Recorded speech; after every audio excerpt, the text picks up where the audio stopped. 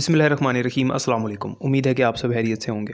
आज की इस वीडियो में हमने प्रैक्टिकल करना है। प्रैक्टिकल नंबर 5 है हमारा और चैप्टर नंबर 3 की एक्टिविटी नंबर 3.3 और 3.4 करनी है।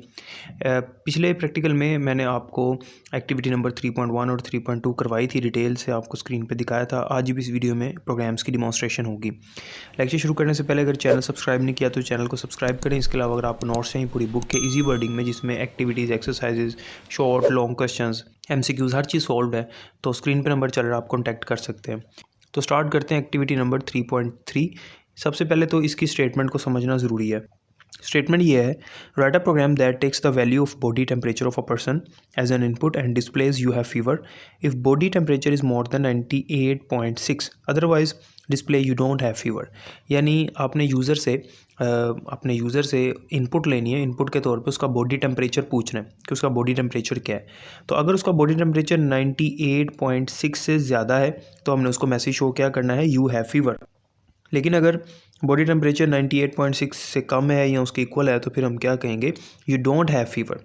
ठीक है, उसके लिए अब यहाँ पर हमने इफ़ एल्स का इस्तेमाल करना है।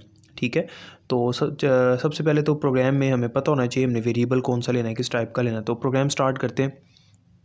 सबसे पहले उसी तरह से हैश इंक्लूड stdio.h और फिर इंट मेन का फंक्शन बनाकर हमने एक वेरिएबल लेना है। देखिए यहाँ पर हमने जो यूज़र से वैल्यू लेनी है वो पॉइंट में भी हो सकती है, क्योंकि जाहिर सी बात है हमने कंडीशन भी पॉइंट वाली वैल्यू पे लगानी है ना, कि 98.6 से अगर ग्रेटर है वैल्यू तो पॉइंट में भी हो सकता है टेम्परेचर, जाहिर सी बात है, होता है। तो इसका मतलब है कि हमने जो वेरिएबल लेना है वो फ्लोट टाइप का डिक्लेयर करना है। तो फ्लोट टी कर लिया, टेम्परेचर के लिए टी वेरिएबल ले लिया। उसके बाद printf में मैसेज शो करते हैं, एंटर योर बॉडी टेम्परेचर।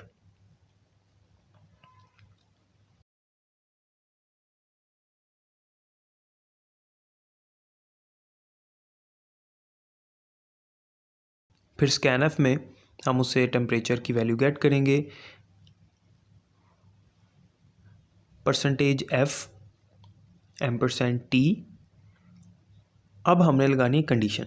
तो कंडीशन हम इस तरह से लगाएंगे, इफ़, अब यहाँ पे कंडीशन क्या लगनी है, इफ़ टी, यानी टी की वैल्यू जो है, इफ़ टी ग्रेटर देन 98.6, तो इसकी बॉडी में हम मैसेज शो करेंगे printf यू हैव फीवर।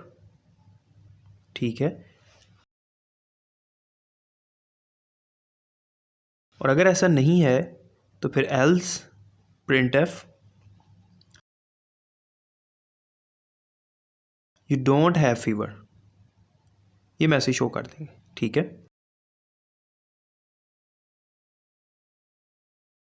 और फिर इस तरह से रिटर्न 0 और मेन की बॉडी क्लोज। अब हम इसको रन करते हैं, कंपाइल एंड रन।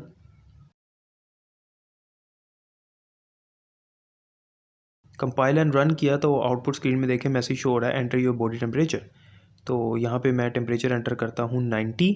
जब 90 एंटर करके एंटर का बटन प्रेस किया तो देखें मैसेज क्या शो हो रहा है, यू डोंट हैव फीवर, क्योंकि 98.6 से ग्रेटर वाली जो कंडीशन है वो फुलफ़िल नहीं हुई।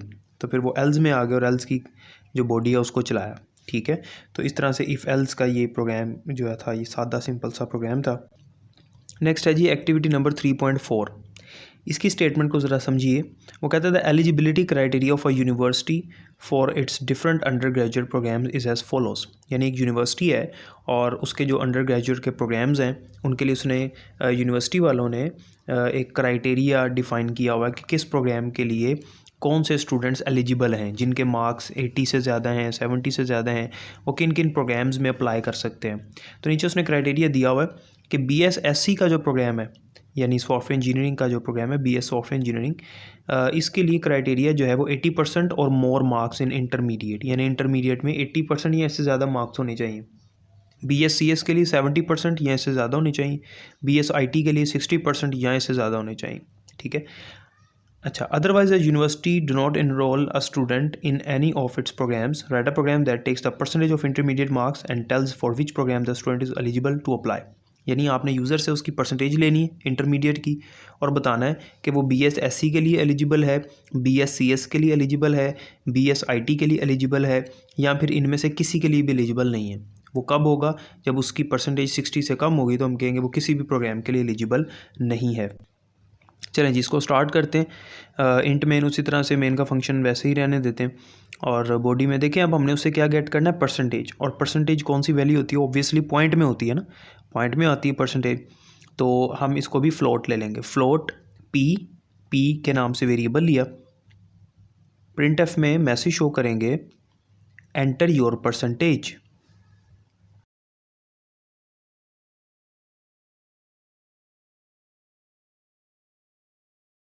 फिर स्कैन एफ में परसेंटेज एफ लगा के %p, यहाँ तक तो सिंपल है, यूज़र से उसकी परसेंटेज ले ली। अब यहाँ पर कंडीशन आएगी, if p greater than equals to 80,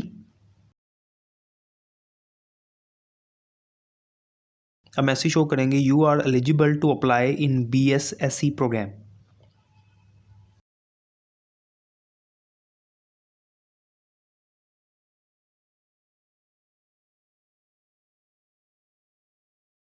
else if p greater than equals to 70, you are eligible to apply in BSCS program।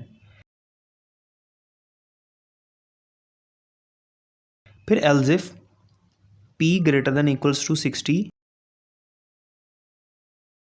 you are eligible to apply in BSIT program।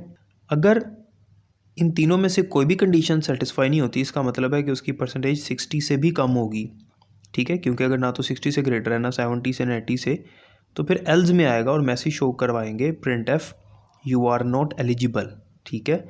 तो अब इसको run करते हैं, compile and run. अब देखें message show हो रहा है एंटर योर परसेंटेज। अब मैं यहाँ पे परसेंटेज एंटर करता हूँ 82। जब 82 लिख के एंटर किया तो देखें क्या मैसेज शो हो रहा है, you are eligible to apply in BSSE program. 80% से ज़्यादा है ना, पहली कंडीशन फुलफिल हो गई, ठीक है। इसको दोबारा रन करते हैं। अब यहाँ पे एंटर करते हैं 55। अब देखें 55 एंटर करने पे उसने क्या मैसेज शो किया, यू आर नॉट एलिजिबल। क्यों? क्योंकि कोई भी कंडीशन सेटिस्फाई नहीं हुई। तो जब कोई भी कंडीशन सेटिस्फाई नहीं होती तो फिर वो एल्स में आ जाता है और एल्स में जो भी स्टेटमेंट है उसको चलाता है, ठीक है।